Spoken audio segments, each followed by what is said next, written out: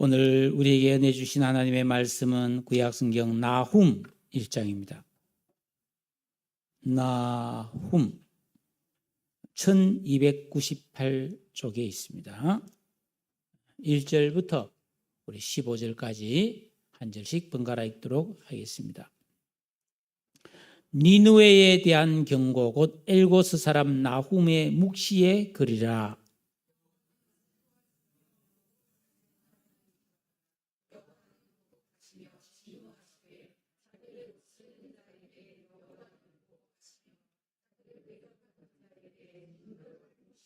여호와는 노하기를 더디하시며 권능이 크시며 벌받을 자를 결코 내버려 두시 아니하시느니라. 여호와의 길은 해오리 바람과 광풍에 있고 구름은 그의 발에 티끌이로다.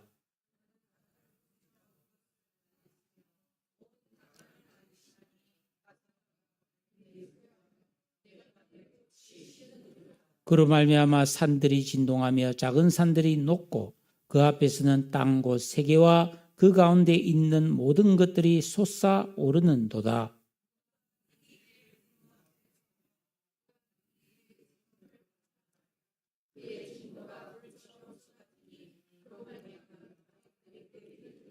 여호와는 선하시며 환난날의 산승이시라. 그는 자기에게 피하는 자들을 아시느니라.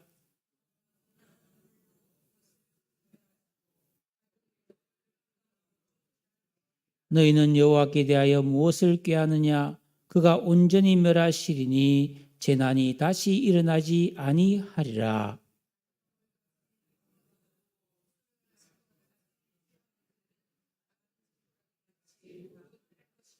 여호와께 악을 꾀하는 한 사람이 너희 중에서 나와서 사악한 것을 권하는도다.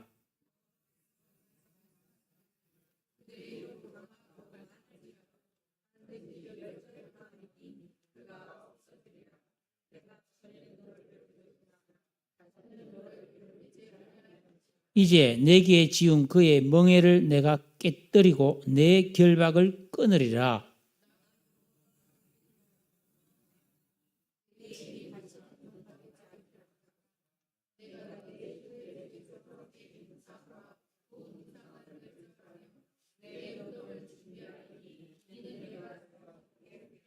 다 같이 볼지어다. 아름다운 소식을 알리고 화평을 전하는 자의 발이 산 위에 있도다. 유다야, 내 절기를 지키고 내 서원을 갚을지어다. 악인이 진멸되었으니 그가 다시는 내 가운데로 통행하지 아니하리로다 하시니라. 아멘. 할렐루야. 명절을 잘 보내셨나요? 아직도 명절이 안 끝난 분들이 있는지 잘 안 보이는 분들도 계신데, 쉽게 지나가는 것이 시간인 것 같습니다. 판사로서 오랫동안 죄인을 재판해서 벌 준 일을 했던 이 분이 계십니다. 법무부의 심의관도 했고 지금은 변호사가 되어서 자주 교도소를 들락거리면서 그 수감되어 있는 수용자들을 접견하면서 느낀 점을 이렇게 신문에 칼럼으로 쓴 분이 이런 글을 썼습니다. 교도소는 참 수많은 교정 공무원들이 근무하고 있고 또 교도소를 운영하는데 국가 예산이 참 많이 들어갑니다. 왜 교도소가 필요한가? 교도소는 벌 주는 곳이 아니라 사실은 그곳에 있는 사람들을 교화시켜서 나가서 다시 죄를 짓지 않도록 하는 목적으로 세워진 것이 교도소다라는 겁니다. 근데 대체로 일반인들은 그 감옥에 가서 고생 좀 해야 된다. 죄를 지었으니까 거기서 콩밥 먹고 좀 혼이 나야 죄를 안 짓는다. 그런 생각을 하는 경향이 많은데 과연 맞을까 하는 문제를 짚고 있었습니다. 우리나라는 교도소에 갔다가 출소한 뒤에 3년 안에 다시 죄를 지어서 교도소에 수감되는 재범률이 2021년도에 한 25% 정도 됩니다. 그러니까 4명 중에 1명은 다시 범죄를 저지르는데 어떻게 하면 이 비율을 낮출 수가 있겠는가를 많이 고민하는데, 이분이 수용자들을 면담하면서 알게 된 것은 그 안에 있는 사람들이 너무너무 괴로워하는 것 중에 큰 것이 추위와 더위라는 거예요. 그 안이 뭐 겨울에 따뜻하게 되는 것도 아니고 여름에도 그냥 선풍기 하나 의지해서 살고 있고, 또 우리나라는 그 교도소가 너무 지금 과밀되어 있어요. 2023년 기준으로 전국의 교도소 정원이 49,600명인데 현재 지금 수용되어 있는 사람이 58,000명이 넘어서 수용률이 한 120% 정도 됩니다. 그러면서 실제로 보면은 한 3평 남짓한 방에 화장실이 따로 있고 5, 6명이 함께 지내는데 잘 때는 꼭 끼어서 잤다는. 그러면서 너무 가까이 있으니까 종이를 머리에 하나 띄워놓고, 두꺼운 종이를 띄워놓고 그렇게 자는데 돌아 누우면 막 이게 부딪히니까 막 자다가 깨기고 막 짜증 부리고, 그래서 싸움도 많이 일어날 정도라고 합니다. 교도소에 갇힌 사람들의 고통이 너무 지나치게 크면 이 사회에 대한 적개심이 커져서 출소하자마자 또다시 범죄를 저지른다는 거예요. 너무 힘들어서 안 가야지 하는 게 아니고 더 화가 나서 죄를 더 잘 짓는다는 거예요. 이 사실을 알게 된 유럽에 있는 교도소는, 특히 네덜란드에 있는 할덴 교도소, 헤이그 교도소는 아름답고 깨끗한 최신식 건물에 수용자들이 그 속에서 뭐 큰 널찍한 방에서 화장실, 냉장고, 텔레비전은 물론 비디오 게임기까지 갖추어져 있고 음악 스튜디오가 돼 있어서 언제든지 가서 음악을 들을 수도 있고, 밥은 이 전문 셰프가 레스토랑 수준의 음식을 만들어 준다고 해요. 그리고 낮에는 대형 자동차 정비소 같은 그런 좋은 교육시설에서 무상으로 직업 교육을 해준다는 것이죠. 그래서 이 네덜란드는 1인당 그 재소자들에게 들어가는 1년간 한 명에 들어가는 비용이 12만 불, 우리나라 돈으로 약 1억 4천만 원이 된다. 밖에서 뭐 이렇게 호화롭게 사는 사람이 없잖아요. 그런데 문제가 뭐냐 하면은 이렇게 교도소를 아주 편하고 아주 부티나게 해주니까 범죄율이 확 떨어져. 거의 재범률이 없어져 버려요. 그러니까 오히려 국가 예산은 줄었다는 것입니다. 그러니까 이런 현실을 보면서 죄인을 교도소에 오래 가둬놓고 고통을 가하는 것만이 최선이 아니라는 점을 알아야 된다. 이런 취지의 글을 썼더라고요. 왜 범죄자에게 좋은 밥을 주고 환경을 좋게 해줘야 되는가? 그거는 범죄자를 위해서가 아니라 선량한 시민을 위해서 필요하다. 그렇게 말했어요. 우리가 성경을 보면은 하나님도 그런 마음이 있으신 것 같아요. 죄를 범한 죄인은 반드시 하나님은 보응하시고 심판을 합니다. 그러나 진노 중에도 죄인에 대해서 긍휼을 베풀어 주시고 때가 되면 반드시 용서해 주시고 회복시켜 줍니다. 더구나 죄를 짓고 회개하고 벌을 받고 난 죄인은 의롭다고 해주시고 이전보다 더 사랑해 주신다고 되어 있습니다. 그럼 하나님 왜 그렇게 하셨을까요? 하나님은 죄를 지은 사람도 영원히 죄인으로 있기를 원치를 않으시는 거예요. 회개하고 회복되어 의인되기를 원하시는 줄로 믿습니다. 오늘 우리가 살펴볼 이 나훔스는 그 고대 한때 전 세계를 제패했던 아시리아, 성경은 아수르라고 되어 있는데 이 아수르의 수도인 니느웨에 대한 하나님의 심판을 선포하는 내용입니다. 우리가 잘 아는 그 물고기 뱃속에 들어갔다 나온 요나는 하나님께서 이 니느웨에 가서 40일 동안 기회를 줄 테니까 너희가 회개를 하지 않으면 이 성이 무너지고 진멸된다는 하나님의 심판을 선포했습니다. 그때 그 니느웨에 있던 사람들은 굉장히 잘 살았죠. 왜냐하면 대제국이었으니까 나라가. 그 나라 국민들은 막 노예를 부리면서 세금이 면제되고 굉장히 화롭게 살았습니다. 그런데 요나가 물고기 배에서 나온 사람이라는 소문을 듣고 요나의 말을 믿고 왕으로부터 전 국민이 회개를 했습니다. 금식하면서 하나님 앞에 막 굵은 베옷을 입고 땅에 엎드렸어요. 그러자 하나님께서는 그들에게 내리려고 했던 심판을 거두고 용서를 해주었습니다.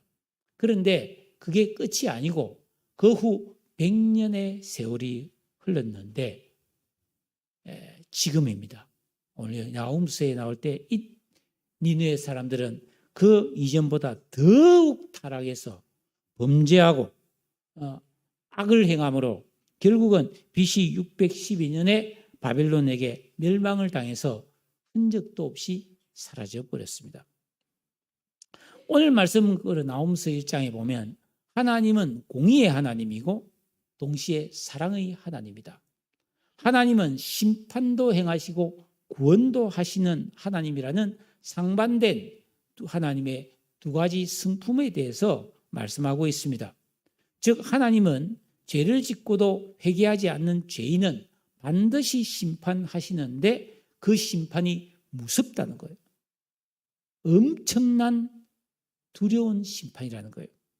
그리고 하나님의 심판에 대해서는 아무도 왜 나를 심판합니까? 라고 항거할 수 없는 공의로운 심판이고 하나님의 절대적인 권능과 주권으로 심판을 한다는 것을 말씀하고 있어요. 지금 우리나라는 그렇지 않잖아요. 미국도 마찬가지인 것 같고 정치인이나 어떤 사람이 재판을 받게 되면은 이런 판사가 징역 몇 년 하면은 이건 탄압이다. 이거는 잘못된 판결이다. 그러면서 항거하는 일이 한두 번이 아니에요. 그러나 하나님의 심판에는 아무도 항거할 수가 없습니다.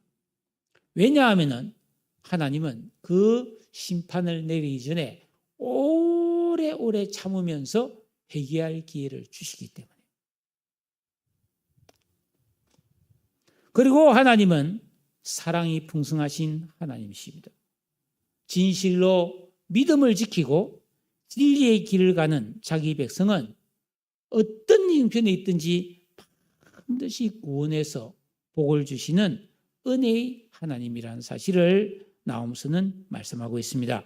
자, 1절에 보면 니느웨에 대한 경고, 곧 엘고스 사람 나훔의 묵시의 글이다. 여기서 이 경고라는 말은 무거운 짐이라는 뜻입니다. 이제 너희들이 회개를 안 했으므로 감당할 수 없는 무거운 짐이 너희에게 지워질 것이다.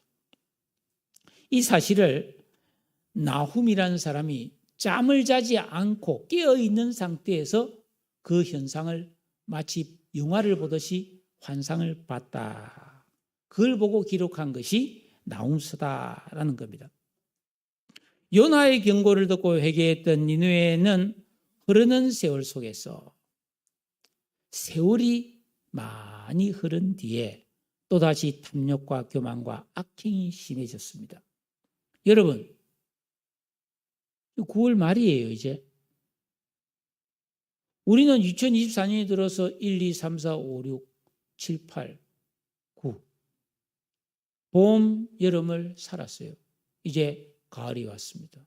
뭐잖아? 가을은 짧죠? 뭐잖아? 겨울이 오겠죠. 이렇게 세월이 흐르고 있는데 이렇게 세월이 흘러서 계절이 바뀌고 1년, 2년, 3년, 4년 세월이 바뀐 뒤에 나는 어떠한 사람이 되어야 마땅하냐. 이 흐르는 세월 속에서 우리가 만들어지는데 내가 변하는데 어떻게 만들어지고 어떻게 변해야 될 건가? 여러분 고민하셔야 돼요. 그냥 마음 턱 놓고 그냥 그날 적당히 먹고 그냥 재미를 추구하면서 살면 여러분 나중에 땅을 치고 후회하는 날이 올 가능성이 많습니다. 하나님께서 이 니느웨에 대해서 경고를 하는 이유가 뭘까요? 그냥 심판하면 되지. 경고는 그들로 하여금 다시 한번 회개할 기회를 주시는 하나님의 자비와 은혜입니다. 경고는 불편하게 들릴 수 있습니다. 너 조심해. 당신 그렇게 하면 안 돼요. 여러분, 신앙생활 잘 하셔야 됩니다. 그렇게 나태하게 적당하게 했다가는 나중에 큰 후회를 합니다. 이런 경고는 여러분이 듣기에 불편할 수 있지만 듣고 각성하면 복이 될 줄로 믿습니다. 예수 믿고 구원받은 성도는 항상 이 말씀이라는 기준, 거울에 내 자신의 심령을 비추어 보고 이 말씀의 권능인 교훈과 책망과 바르게 함과 의로 교육함의 경고를 달게 받아서 회개하고 고치고 정돈하는 삶을 살아야 합니다. 2절에 보면 여호와는 질투하시며 보복하시는 하나님인데 진노하시되 보복하시고 거스르는 자와 대적하는 자에게 진노를 품고 반드시 심판하신다고 이 진노와 보복을 막 3번, 2번 막 속사포처럼 연발하고 있습니다. 예, 여러분, 우리가 잘 아는 은혜롭고 자비롭고 은혜가 풍성하신 하나님이 이토록 과격한 표현을 써가면서 분노하신 이유가 무엇일까요? 그것은 하나님이 그만큼 우리를 귀하게 창조했고 사랑하시기 때문입니다.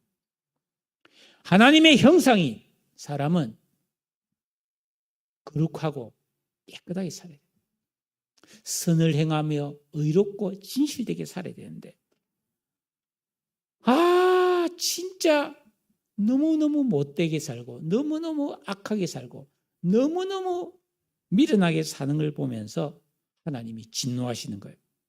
하나님은 이스라엘 사랑했습니다. 그러나 이스라엘은 음녀처럼 우상을 섬기고 악을 행했어.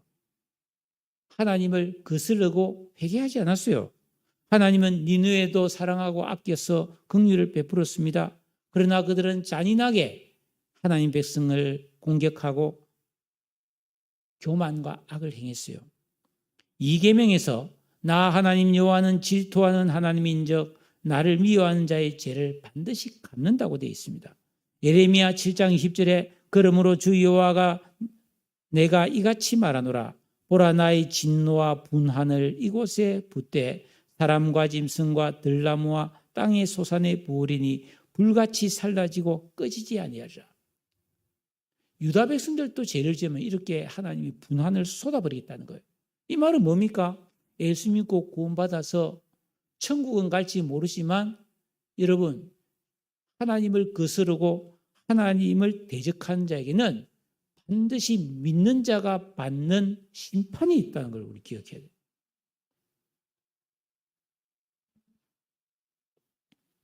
하나님께서 질투하고 진노하고 보복하신다는 것은 그만큼 자기 백성을 사랑하시고 죄악에 빠져 망하는 것을 원치 않기 때문입니다. 그래서 성도의 신앙생활에서 계명 순종이 너무너무 중요한 거예요. 그냥 막연하게 교회를 다니는 게 아니에요. 하나님이 하라 하신 거 하고 하지 말라 하신 것을 하지 않도록 예민하게 그 계명을 따라 살아야만이 하나님이 기뻐하시는 삶을 살 수 있고 그것이 내가 나에게 해줄 수 있는 가장 최선이고 지혜로운 삶이라는 것을 믿으시기 바랍니다. 기회가 있어요.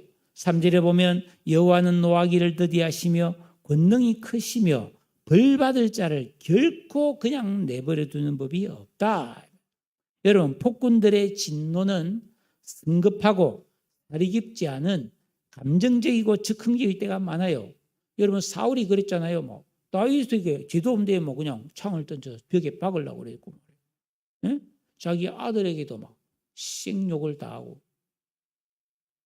느부갓네살, 아하수에로, 유다의 우시아 왕 비롯해서 이런 폭군들은 다 그렇게 진노를 자주 했어요. 그러나 하나님의 진노는 오래 참으신 후에 실행되는 것입니다. 니느웨는 100년 전에 멸망해야 마땅한 나라였어요. 그런데 하나님은 용서해 줬어요. 그때 요나가 굉장히 기분 나빠했습니다. 저것들 망하게 해야지 저런 못된 것들을 용서해 준다고요? 저러려고 나 보냈어요? 요나 그랬습니다. 4장 2절에 주께서는 은혜로우시며 자비로우시며 노하기를 더디하시며 이내가 거짓사 뜻을 돌이켜 재앙을 내리지 아니하신 하나님인 줄 내가 알았습니다 하고 불만을 토로했어요. 그러자 하나님께서는 요나에게 뭐라 한 줄 아십니까? 요나서 4장 11절 이 큰 성읍 니느웨에는 좌우를 분별하지 못한 자가 12만 명이요 가축도 많이 있나니 내가 어찌 아끼지 아니하겠느냐.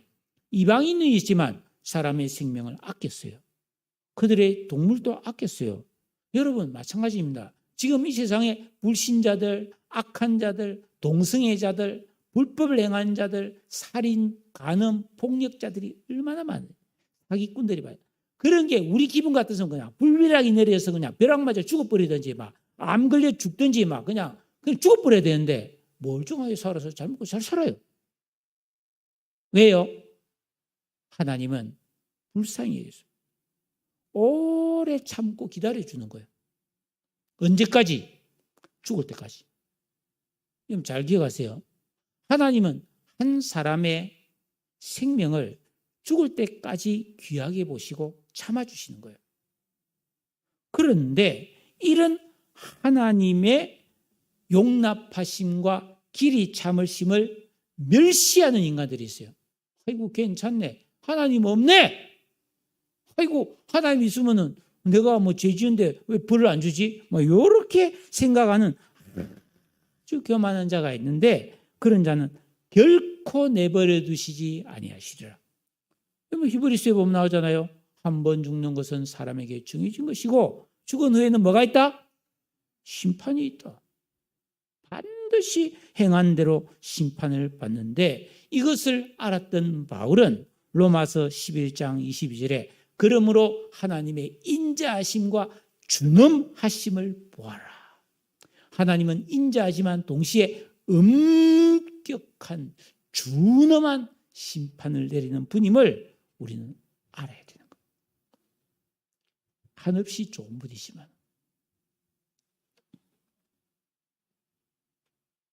이런 설교를 요즘 듣기가 힘들 겁니다. 여러분 뭐 극동방송 같은 데 틀어놓고 막 기독교 방송 CBS 같은 거 하루 종일 틀어놓은 분들 있죠. 이런 죄에 대한 하나님의 큰 준엄한 심판에 대한 설교가 거의 없어요. 잘 먹고 잘 살자지 주로. 근데 그거 안 돼요. 여러분 이 말씀 들으셔야 돼요. 예? 하나님의 인자하심과 사랑만 믿고 회개하지 않고 교만하여 방종하면서 죄를 짓는 악한 삶을 살면 반드시 하나님은 뭐예요? 찍어내버린다고 성경은 말씀하고 있습니다. 예, 얼마나 겁나는 말씀입니까? 예? 하나님은 어떤 인가? 3절 하반절에 보니까 여호와의 길은 해오리 바람과 강풍이 있고 구름은 그의 발에 뒷거리다. 바다를 꾸짖어 말리시고 강을 그냥 훅 불면 강물이 말라버리는 거예요. 요한계시록에 보면 전 세계 바다와 강이 3분의 1이 하루아침에 말라버리는 날이 옵니다. 바산과 갈멜 이 비옥한 토지에 아름다운 수목이 가득한 그런 목초지가 그냥 다 말라버리죠. 레바논의 그 엄청난 꽃밭에 꽃이 다 시들어버리고 산들이 진동하고 작은 산들은 녹아서 물이 돼버리고 세계와 땅과 온 사방에 있는 것들이 막 솟아오르기도 하고 막 푹 꺼지기도 하고 막 대기변이 일어나 버렸다. 왜? 하나님의 심판이 그렇게 무섭다는 거. 우주적인 심판입니다. 그래서 6절 보세요. 누가 능히 그의 분노 앞에 서며 누가 능히 그의 진노를 감당하랴. 그의 진노가 불처럼 쏟아지니 그로 말미암아 바위들이 박살나버리는, 툭툭 터져버리는, 바위들이 딱 터져서 그냥 마치 폭탄 맞은 것처럼 깨져버리죠. 그러니까 모든 사람들은 이런 무서운 하나님의 심판의 대상이 된다는 것입니다. 고린도후서 5장 10절에 이는 우리가 다 반드시 그리스도의 심판대 앞에 나타나게 되어 각각 선악간에 그 몸으로 행한 것을 따라 받으려 함이라. 성도는 이 말씀을 듣고 깨달아서 이 때를 올바르게 대비하고 준비하는 거룩한 삶을 지금 살아야 될 줄로 믿습니다. 어떻게? 우리가 믿고 순종하는 이 십자가의 복음, 예수 그리스도를 내 영속에 영접해서 그 예수님을 나의 인생의 주인과 왕으로 모시고 그 말씀대로 순종하며 사는 이 믿음, 이 복음의 능력만이 바로 그 심판의 날을 피할 수 있는 유일한 해법이에요. 요한계시록 6장 17절 진노의 큰 날이 이르렀으니 누가 능히 서리요. 아무도 그 엄청난 두려운 심판 앞에서 피할 수 없는데 오직 이 예수 그리스도를 믿고 구원받는 믿음만이 그 심판을 대비하는 확실한 대비책이에요. 여기에 더하여 계명 순종과 기도의 진정한 영적 생활을 살면 진노의 날에 오히려 심판의 날에 하나님께로부터 칭찬과 상을 받고 영원한 권세와 영광과 복을 누리는 존귀한 하나님의 동력자가 될 줄로 믿습니다. 이 길을 붙드시기 바라요. 소홀히 하거나 가볍게 듣고 넘기지 마시기를 바랍니다. 7절에 보면 여호와는 선하시며 환난 날의 산성이시라. 그는 자기에게 피하는 자들을 아신다. 여러분, 자기에게 피한다는 게 뭘까요? 하나님께 피하는 사람은 환난 날에 하나님이 산성, 요새가 되어주고 그 사람을 머리털 하나 상하지 않게 보호하시겠다는데, 여러분, 하나님께 피하는 게 어떻게 하면 피하는 겁니까? 여호와는 나의 피난처다. 어떻게 하면 하나님의 피난처가 되는 겁니까? 단순히 기도 많이 하는 것일까요? 교회를 열심히 다니는 걸까요? 그거는 기본이에요, 기본. 하나님께 피할 수 있는 방법은 평상시에도 계명을 지키고 주기도문을 붙들고 기도하는 진정한 영적 생활을 통해서 하나님의 뜻대로 사는 것이 하나님께로 피하는 능력이에요. 불나보세요. 비상구가 없거나 연기에 지식돼서 다 죽어버립니다. 그렇잖아요. 환난 날이 오면은 피할 길이 없는데 우리가 평소에 하나님을 의지하여 고난을 인내하면서 낙심하지 않고 선을 행하고 의로운 삶을 살며 악에서 떠나는 이런 계명 순종의 삶을 살 때 하나님은 뭐예요? 그런 어떤 환난이 와도 하나님은 피할 길을 내신다는 거예요. 하나님이 피난처가 되어 우리를 지키신다는 것입니다. 보호하심을 받는다는 것입니다.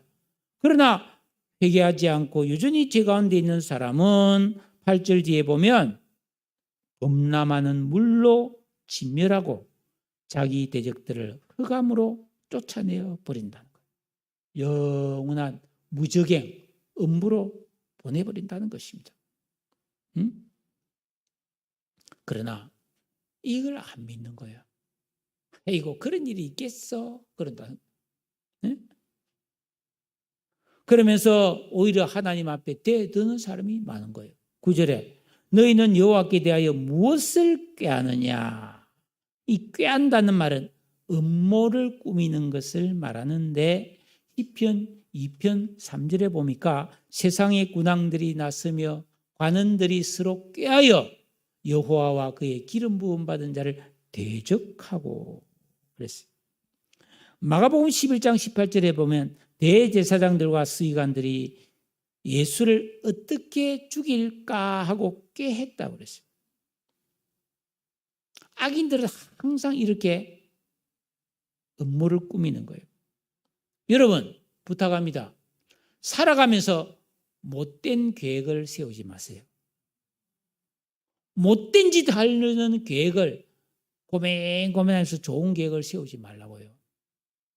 남을 해친다거나 골타 먹인다든가.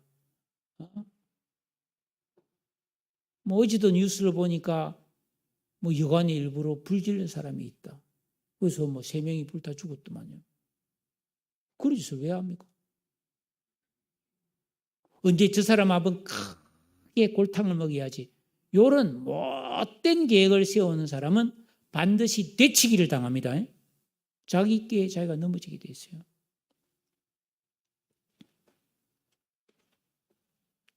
하나님께서는 그 악을 꾀하는 자들을 가리켜서 헛된 일을 꾸미는 어리석은 짓이라 하시고 시편 2편 4절에 하늘에 계시니가 웃으심이여 주께서 그들을 비웃으시리라. 다 하나님은 아시는 거예요. 그래서 끝까지 회개하지 않으면은 온전히 멸하시리니 9절 보세요. 재난이 다시 일어나지 아니하리라. 왜? 그들을 온전히 멸해버리기 때문에 그 악인들을 통한 재난이 끝날 날이 온다라는 것입니다. 사랑하는 여러분, 이 땅이 존재하는 기간 동안에 더위와 추위가 계속되고 이 악이 쉽게 사라지지 않는다는 것입니다. 11절에 보면은 여호와께 악을 꾀하는 한 사람이 너희 중에서 나와서 사악한 것을 권하는도다. 이 사람은 그 아수르의 왕 사네립을 말하죠. 이스라엘의 18만 대군을 이끌고 침략해온 사람들입니다. 여러분, 심판을 받아도 그래서 멸망을 해도 악인은 또 생겨납니다. 마치 잡초처럼 또 나는 거예요. 여러분, 범죄자가 좀 없어야 되는데 저렇게 감옥에 가서 고생을 하는데도 계속 죄를 지는 사람이 나오는 거예요. 어느 시대, 어느 곳에나 사악한 자들이 항상 있는 거예요. 왜죠? 하나님은 알곡을 심어놨는데 원수가 가라지를 뿌려버렸기 때문에. 사람의 마음속에 가라지, 악령의 역사가 들어오면 악이 돼버려요. 못된 짓만 골라가면서 하는 거예요. 말도 못되게 하고 행동도 못되게 하는 사악한 자들이 있는데 그 배후는 마귀입니다. 그런데 12절에 보세요. 여호와께서 이같이 말씀하시기를 그들이 비록 강하고 많을지라도 반드시 멸절을 당하리니 그가 없어지리라. 여러분 영화 같은 데 보면 악인들은 왜 그렇게 강합니까? 안 그래요? 악인들은 너무너무 강해요. 너무너무 힘이 있어요. 너무너무 대단해요. 사실입니다. 왜? 마귀가 그들에게 권세와 힘을 주기 때문에. 그래서 내가 제대로 악을 행하고 제대로 못되게 살아야 되겠다고 딱 결심해 보세요. 귀신과 마귀가 능력을 줍니다. 그런 사람은 돈도 많이 벌 수 있어요. 한번 해보세요. 그러나 반드시 망하게 돼 있어요. 그들이 비록 강하고 많을지라도 반드시 멸절을 당하리니 그가 없어지리라. 그 날이 될 때에 참고 인내하며 하나님의 말씀대로 진리를 따라서 살았던 사람들은 어떻게 됩니까? 더 이상 괴로움과 고통이 없는 평화가 온다는 거예요. 13절에 보니까 이제 내게 지은 그의 멍에를 내가 깨뜨리고 너의 결박을 끊으리라. 이 날이 바로 우리 성도는 소망의 날이고 영광의 날이 될 줄로 믿습니다. 여러분 우리가 예수 믿는 성도로서 바르게 살고 하나님 말씀대로 사느라고 내가 마음대로 못하고 손해보고 절제하고 사는 거 슬퍼할 일이 아니에요. 반드시 그 수고가 끝나고 엄청난 축복과 영광을 누릴 날이 올 줄로 믿습니다. 정말 죄송한 이야기지만 제가 어쩌다가 뭐 이런 뭐 코스트코라든지 뭐 그런 데를 몇 달에 한 번씩 갈 때가 있어요. 그 가보면은 제일 넓은 매장이 술 매장이더라고. 그 보면 와인이라든지 이런 술병들, 어쩌다가 해외여행을 가서 여러분 뭐 면세점 같은 데 구경을 서 가보면 막 얼마나 술을 많이 팔고 있는지 몰라요. 내가 우리 선율이 때문에 몽골에도 가서 그 몽골에 있던 뭐 마트 같은 데 갔던데 막 뭐 보드카 같은 막 술이 많은데 제가 그때 느끼지 뭐냐면 술병이 너무 예쁘다. 술병이 얼마나 예쁜지 모양도 막 세모짜리, 네모짜리, 동그라미, 뭐 왕관 모양 막 별의별 게 다 있는데 야, 내가 만약에 술을 마실 수 있었더라면 저런 거 사다가 마시고 빈병만 진열해놔도 멋있겠다. 그런 생각을 해요. 또 어릴 때 뭐 우리 매형이라든지 아버지라든지 담배 사오는 심부름을 많이 했어요. 옛날에 뭐 미안합니다. 은하수, 뭐 한산도 뭐 이런 그런 담배 이름이 있었어요. 근데 그게 너무 예쁜 거야. 담배 곽이. 그래서 저거 사서 매일 아침 이렇게 새로운 포장을 탁 뜯어서 저거를 피우는 사람은 참 좋겠다. 그런 생각을 한 적이 있는데 해본 적은 없어요. 근데 그것뿐이겠습니까? 믿지 않는 사람들은 얼마나 하고 싶은 것 다 하고 삽니까? 그런데 그리스도인이기 때문에 저는 목사이기 때문에 못하고 사는 게 많아요. 그런데 조금도 아쉬운 게 없어요. 왜? 하나님이 부어주시는 비밀한 위로와 기쁨이기 때문에 훨씬 더 고급진 기쁨, 부작용이 없는 행복이 있음을 믿으시기를 바랍니다. 네, 진짜입니다. 여러분 제가 뭐 그렇게 불행하게 사는 것처럼 보입니까? 전혀 아니죠. 아니면 저는 전혀 그런 불행감이 없어요. 그렇다고 막 뭐 이런 것도 없어요. 그냥 고요히 사는 거예요. 조용하게 할 일 해가면서 또 쉬어가면서 하나님이 주시는 기쁨을 만끽하면서 얼마나 좋은 게 많습니까? 여러분 가을 하늘이 얼마나 예쁩니까? 추석에 뜬 달이 얼마나 아름다웠습니까?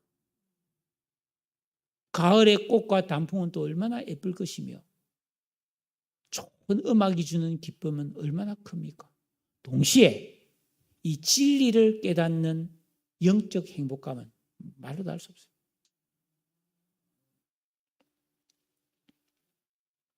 14절 나 여호와가 너에게 대해 명령했나니 내 이름이 다시는 전파되지 않을 것이다. 여기서 너는 니느웨 아수르입니다.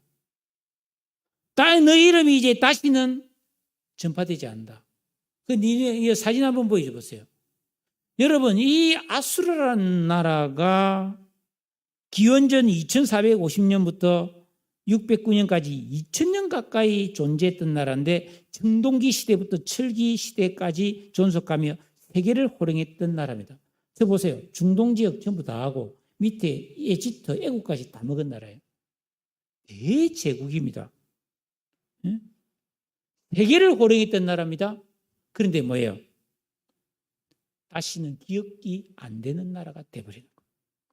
또 이들이 섬겼던 신들, 이 마르둑이라는 신, 벨, 나부, 아술이라는 우상을 섬겼는데 얼굴은 사람인데 몸은 사자예요. 꼬리는 뱀이고 말이죠. 막 이상한 저런 우상을 새겨놓고 숨겼습니다. 그런데 그 뭐예요?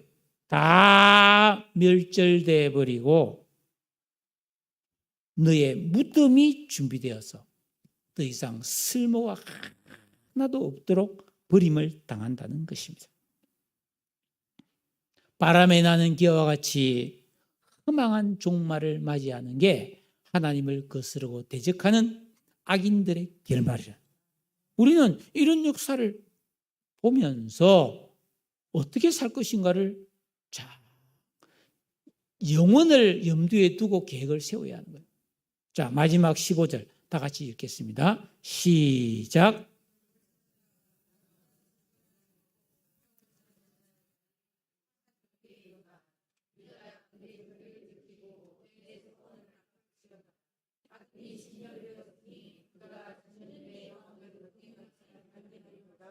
볼지어다, 이 말은 예상치 못한 놀라운 일이 갑자기 발생했을 때 동네 사람들아 이것 좀 보시오 하는 그런 외치는 소리인데, 어느 날 갑자기 여러분 보세요.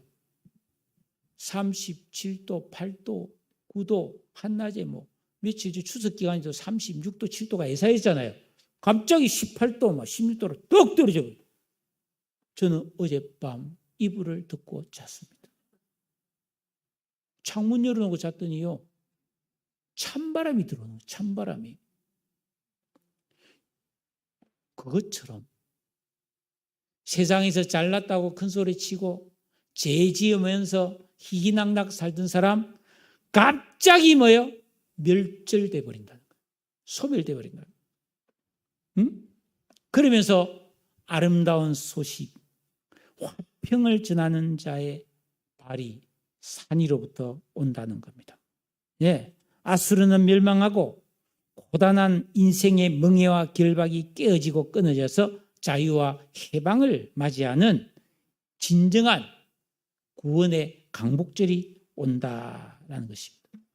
이게 궁극적으로 예수님의 재림을 통해 이루어질 줄로 믿습니다. 예수 믿고 구원받은 성도들은 이 세상에서 고생과 환난을 겪더라도 그러므로 인내와 소망을 잃지 않고 믿음을 지키며 하나님을 나의 피난처로 삼고 끝까지 이 진리의 길을 가면 반드시 모든 시련이 지나가고 영광에 들어가는 승리의 날을 맞이하게 될 줄로 믿습니다. 우리는 이 진리를 믿으며 살아야 되고 이 진리를 사람들에게 전해줘야 되는 거예요. 아름다운 소식인 거예요. 이거 모르니까 사람들은 그저 이 땅에서 막 어떻게든 긁어 모아서 잘 먹고 잘 살려고 애를 쓰는 거예요. 불법과 죄를 막 저지르고 막 남의 눈에 피눈물 해가 나게 하면서 어떻게든 자기만 잘 살려고 하는데 나중에 결말이 비참해지고 참혹해진다는 걸 모르는 거예요. 우리는 이걸 알려줘야 되는 거예요. 이 세상은 반드시 심판이 있다. 개인적으로 다 죽음이라는 종말을 맞이하게 되고 살아있더라도 이 세상에 끝이 온다 이 말이에요. 이 지구뿐 아니라 해와 달과 별,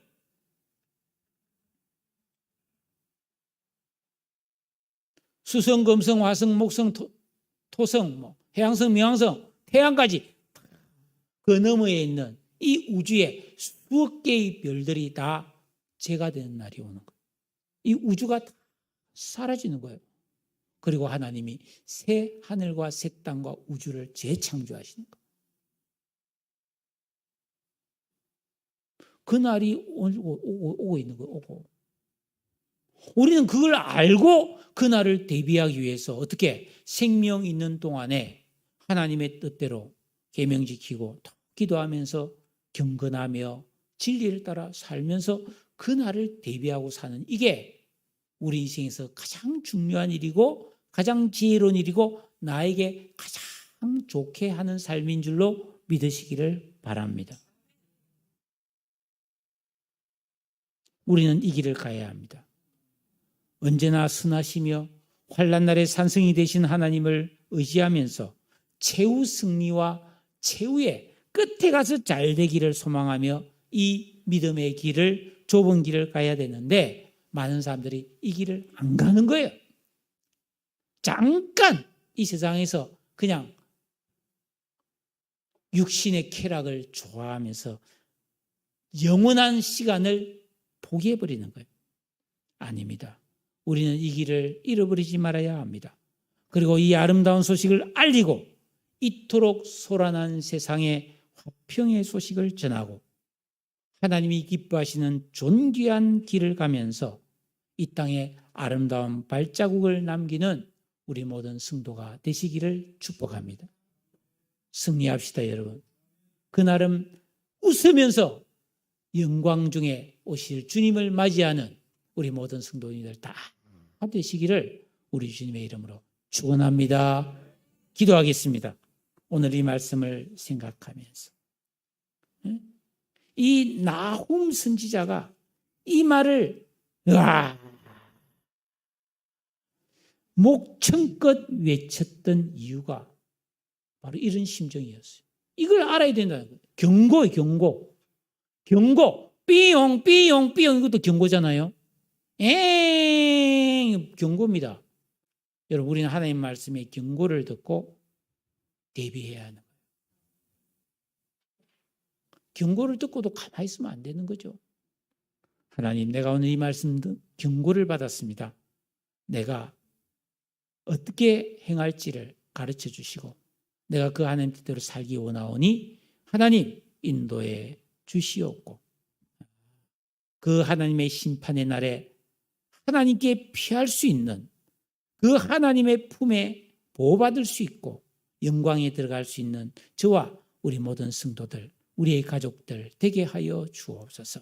우리 다 같이 한번 통성으로 간절히 이 길을 가겠습니다 라고 기도하겠습니다. 사랑해